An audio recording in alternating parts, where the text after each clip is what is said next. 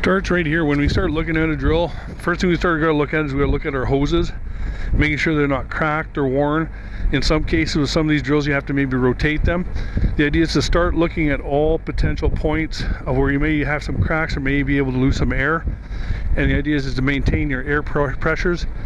So we want to make sure our fans are working properly, our hydraulic systems are working well, and we want to take the time to go through and make sure that everything is running right here prior to, because by not having these fans set up properly, we potentially look at an improper distribution of seed.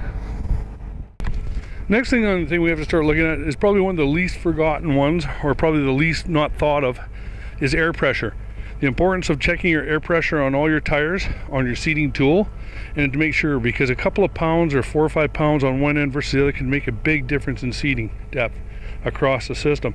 So we want to definitely make sure that we're looking at our air pressure on our tires.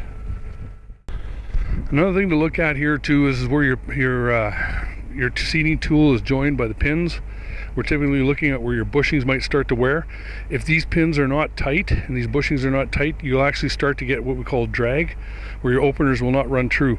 So it's important that you go through all these pins and make sure that all the bushings are all set up properly and nice and tight to make sure that we get good running time. Is that you don't want kinked hoses, and one of the things that's important is that kinked hose will stop air pressure.